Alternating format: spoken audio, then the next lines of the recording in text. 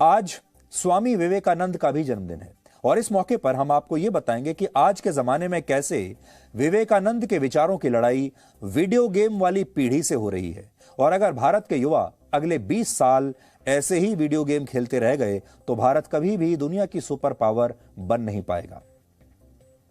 भारत दुनिया की सबसे बड़ी युवा शक्ति है। भारत की कुल आबादी की मध्य आयु 28 वर्ष है। इसे मीडियन एज कहते हैं।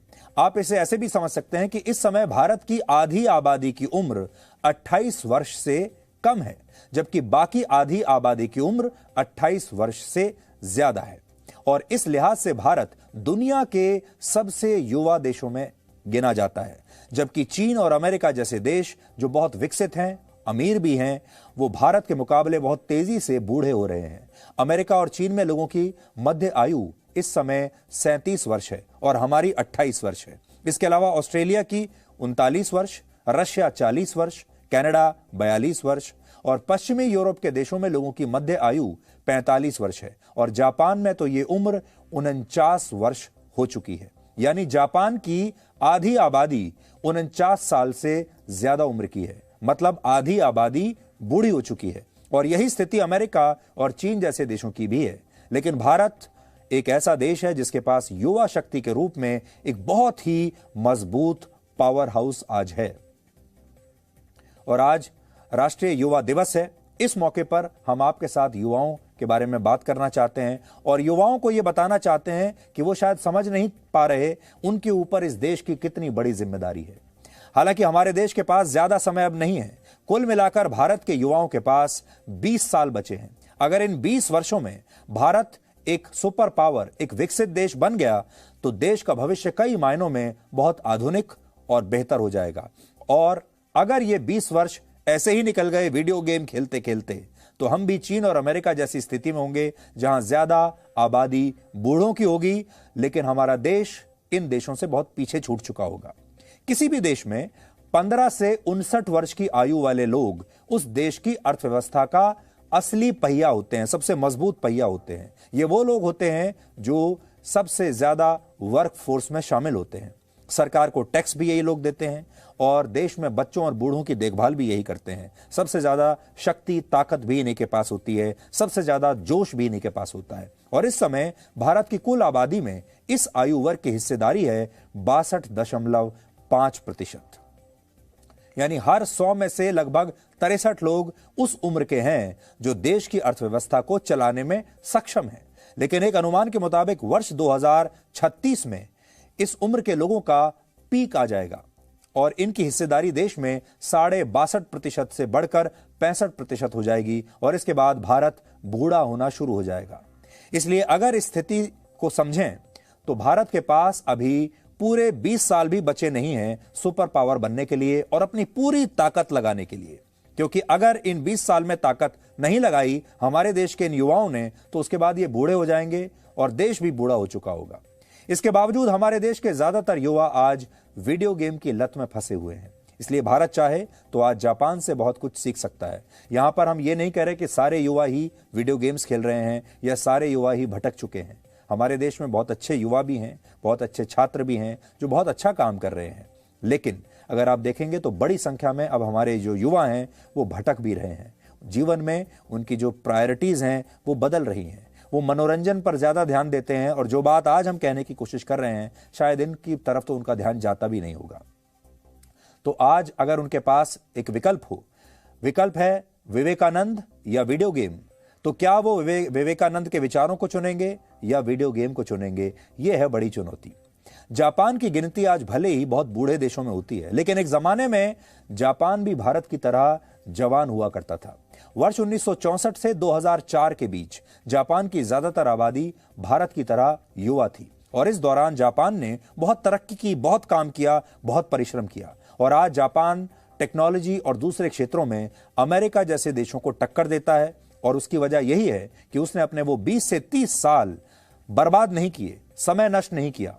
अगर जापान उस समय अपनी युवा शक्ति का सही इस्तेमाल नहीं करता, अगर जापान के जो युवा हैं उस समय अपने शौक पूरे करने में लग जाते, परिश्रम नहीं करते, तो आज उसके लिए अपना बुढ़ापा काटना बड़ा मुश्किल हो जाता। और यह बात चीन भी समझता है, जिसने पहले वन चाइल्ड पॉलिसी खत्म की और अब 2 से ज्यादा बच्चों के जन्म को भी वो कानूनी मान्यता दे रहा है, क्योंकि वो जानता है कि चीन एक राष्ट्र के रूप में अब बूढ़ा होता जा रहा है। हालांकि इन देशों के मुकाबले भारत के लिए जो सबसे बड़ा एडवांटेज है वो ये कि हमारी युवा शक्ति भारत के लिए कोहिनूर के हीरे जैसी है। भारत में इस समय 15 से 18 वर्ष के बच्चों की उम्र 8 से 10 करोड़ है, जिन्हें आजकल कोविड की वैक्सीन भी लगाई जा रही है। ये वही बच्चे हैं जिन्हें कोविड की वैक्सीन लगाई जा रही है जो भारत को सुपर पावर बनाएंगे, जबकि 15 या उससे कम उम्र के बच्चों की संख्या हमारे देश में 36 करोड़ से ज्यादा है। यानी इस समय देश में 46 करोड़ से ज्यादा बच्चे 18 साल से कम उम्र के हैं और अगले 20 वर्षों में यही 46 करोड़ बच्चे भारत की वर्कफोर्स में शामिल होंगे और उसके बाद 2 दशकों तक इन्हीं पर भारत की अर्थव्यवस्था की जिम्मेदारी होगी। बड़े होकर ये अपना परिवार चलाएंगे, अपने परिवार के लिए महत्वपूर्ण फैसले लेंगे। बड़े होकर यही लोग वोट डालेंगे, ये तय करेंगे कि हमारे देश में कैसी सरकारें आएंगी, देश का भविष्य कैसा होगा, देश की राजनीति किस दिशा में जाएगी। और यही बच्चे ये भी तय करेंगे कि आज से 20 साल बाद भारत की स्थिति क्या होगी। सोचिए, अगर ये 46 करोड़ बच्चे शिक्षित हुए, इन्होंने अच्छे से पढ़ाई की, इनके पास अगर हुनर हुआ यानी इन्होंने स्किल हासिल की, अगर ये स्किल्ड हुए तो भारत की ताकत कितनी बढ़ जाएगी। लेकिन इनमें से 7 करोड़ बच्चे आज ऑनलाइन गेमिंग की लत का शिकार हो चुके हैं। बहुत बड़ी संख्या में बच्चे ऐसे हैं जो परिश्रम से बचते हैं, ओवरवेट हो चुके हैं। अंग्रेजी में इसे डेमोग्राफिक डिविडेंड कहते हैं। आप इसे ऐसे समझिए कि जब किसी देश की आबादी की आयु में बदलाव की वजह से उस देश के आर्थिक विकास को मदद मिलती है तो उसे डेमोग्राफिक डिविडेंड कहा जाता है। इसी स्थिति में उस देश की लेबर फोर्स यानी कामगारों की संख्या ज्यादा होती है। कामगारों की संख्या बढ़ने से उस देश की बचत बढ़ जाती है, बचत बढ़ने से निवेश बढ़ता है और निवेश बढ़ने से नए आर्थिक अवसर पैदा होते हैं और ये आर्थिक अवसर औद्योगिकीकरण को बढ़ावा देते हैं। हालांकि यह मानना है कि भारत की युवा शक्ति ही उसे सुपर पावर बना देगी, यह भी एक भूल होगी। भारत के लोगों का अगर कौशल विकास नहीं हुआ यानी वो स्किल्ड नहीं हुए तो नए नए इनोवेशन नहीं होंगे और भारत की युवा शक्ति कुछ ही क्षेत्रों तक सीमित रह जाएगी। किसी भी देश की राष्ट्रीय आय तभी बढ़ती है जब लोग हाईली स्किल्ड होते हैं और हाई स्किल्ड जॉब्स करते हैं। लेकिन आजकल के ज्यादातर युवा हाई स्किल्ड जॉब्स की जगह सोशल मीडिया पर रील्स बनाना पसंद करते हैं, टिकटॉकर बनना चाहते हैं। उन्हें इनोवेशन से ज्यादा इस बात की चिंता है कि उनका उनके दोस्तों के बीच कैसा इंप्रेशन है। इनोवेशन से ज्यादा चिंता इंप्रेशन की है। अगर युवाओं का स्वास्थ्य अच्छा नहीं तो वो देश को सुपर पावर नहीं बना पाएंगे। उदाहरण के लिए, अगर युवा पीढ़ी का एक बड़ा हिस्सा आलसी हो जाए, परिश्रम करने से बचने लगे, तो देश कभी भी सुपर पावर बन ही नहीं सकता।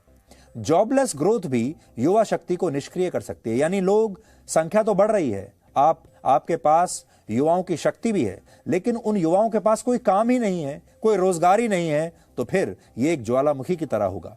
अगर किसी युवा को पढ़ लिख कर नौकरी नहीं मिलती, रोजगार नहीं मिलता, तो वो देश की अर्थव्यवस्था में कोई योगदान नहीं दे पाएगा और जिसे हम बहुत बड़ा शक्ति पुंज मानते हैं, वो एक ज्वालामुखी बन जाएगा। इसलिए रोजगार के नए अवसर पैदा करना बहुत जरूरी है। हालांकि यहां एक चुनौती यह है कि भारत के बहुत सारे युवा खुद को रोजगार के लिए तैयार करना ही नहीं चाहते।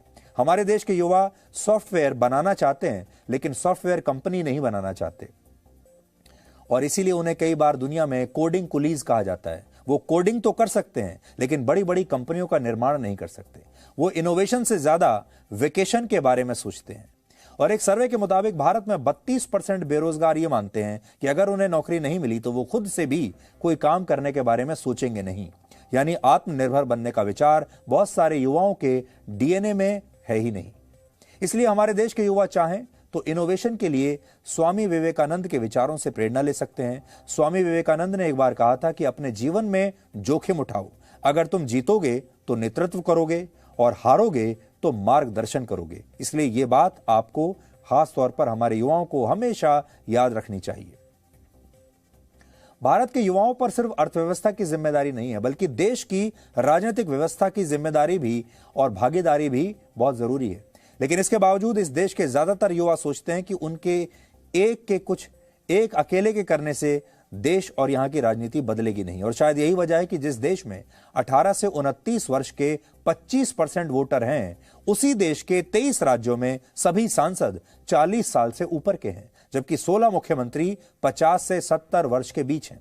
इसके अलावा 3 मुख्यमंत्री ऐसे भी हैं जिनकी उम्र 75 वर्ष से ज्यादा है। देश में सबसे कम उम्र के युवा मुख्यमंत्री मेघालय के केनराड सांगमा हैं। उनकी उम्र 43 वर्ष है। और इसके अलावा सबसे युवा देश में सांसदों की औसत उम्र 54 वर्ष है, जो 1999 में सबसे ज्यादा 55 वर्ष हुआ करती थी। हमारे देश के युवा राजनीति को कीचड़ मानकर उसमें इसलिए अपना कदम नहीं रखना चाहते क्योंकि इससे वो भी शायद गंदे हो जाएंगे।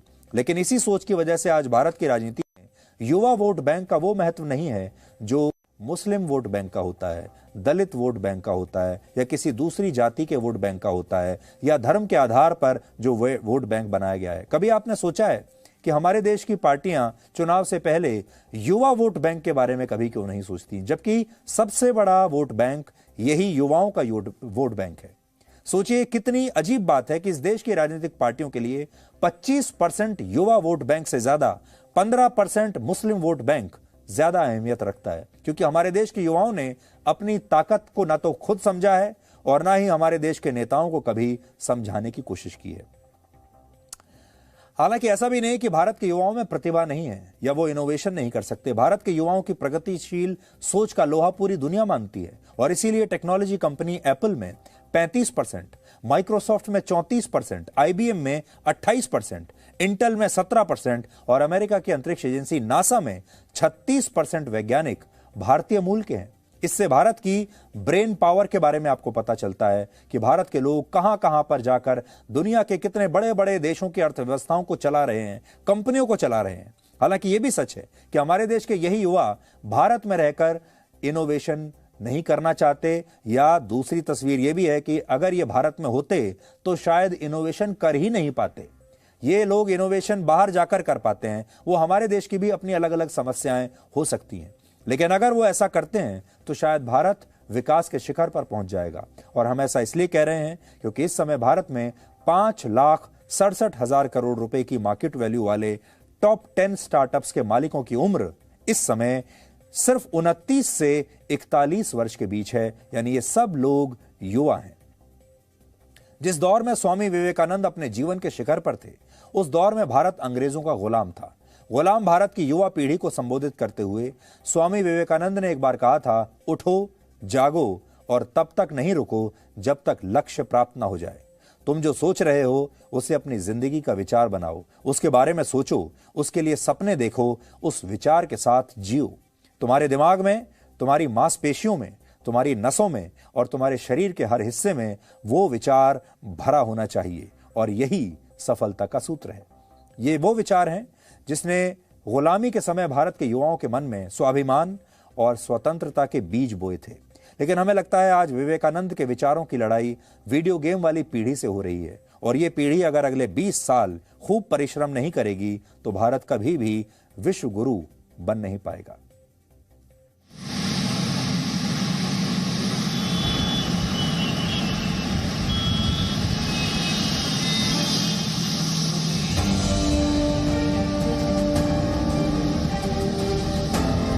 ये स्वामी जी ही थे जिन्होंने उस दौर में कहा था कि निडर, बेबाक और आकांक्षी युवा ही वो नींव है जिस पर राष्ट्र के भविष्य का निर्माण होता है। मैं शपथ लेता हूँ हमारे राष्ट्र के प्रति कर्तव्य है उन्हें पूरा करने का प्रयास करूंगा।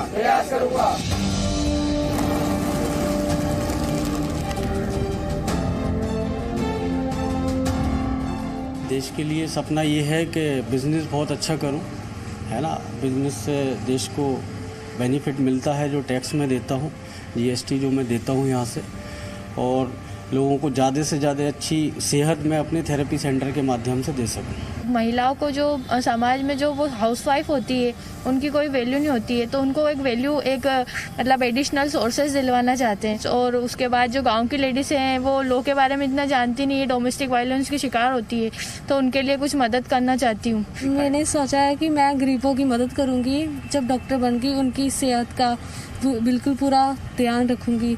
मैं सक्सेसफुल हो जाऊँ तो मैं सब कुछ गरीबों के लिए करूँगी और सबके लिए करूँगी। मेरे को डॉक्टर बनना है और मतलब सबकी हेल्प करनी है, सबको अच्छा करना है, और जो भी बीमारी है उसको देखते हुए मुझे एक अच्छा डॉक्टर बनना है और सब लोगों की हेल्प करनी है। मैं देश के लिए बस ये चाहता हूँ कि अगर मैं उस मुकाम पे पहुँचूँ तो जो हमारे देश में गरीबी चल रही है उस गरीबी का मैं बहुत सहयोग करूँ, मतलब मुझसे जितना बने गरीबी हटाने का है मेरा विचार।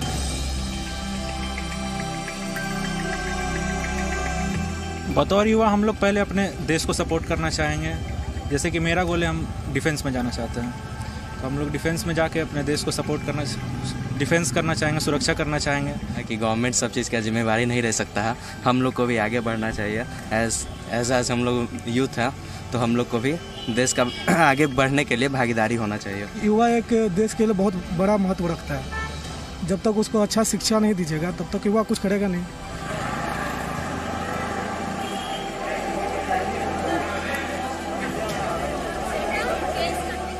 सर हम तो यही चाहेंगे कि एज ए यूथ हम यही चाहेंगे कि अपने देश को जितना से जितना हो सके हम आगे ये करें, और अपनी तरफ से जितना हो सके, चाहे एजुकेशनली हो या फिर जिस तरफ से चाहे सोसाइटी की हेल्प हो सके वो हम करें।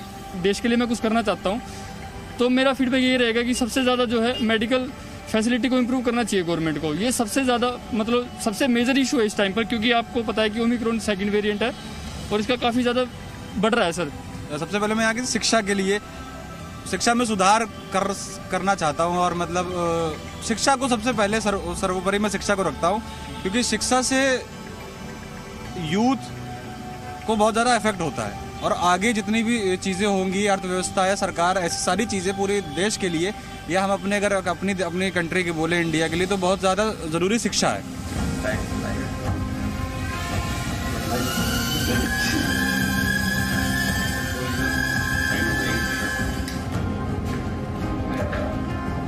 मैं खुद एक स्टॉक मार्केट का ट्रेडर हूँ, तो फिर मेरे लिए एक सर्विस होगी कि मेरे साथ कोई मिलके काम करे, जिससे उसका भी, उसके घर में भी एम्प्लॉयमेंट क्रिएट हो, उसको भी पैसे और नॉलेज भी मिले, और कोई फ्री के पैसे नहीं बांट रहा है इधर। ऑब्वियसली काम रिजल्ट अगर मिल रहा है तो फिर हम पैसे भी वैसे हिसाब से देंगे, वैसा है। अब बीइंग एक म्यूजिशियन मैं एज एन एक सर्विस, प्रॉपर सर्विस नहीं दे सकता, बट मैं बस इतना बोलना चाहूँगा कि जो भी आप कर रहे हो, जो आपका पैशन है उसकी तरफ जाना चाहिए आपको, and then excel in that area.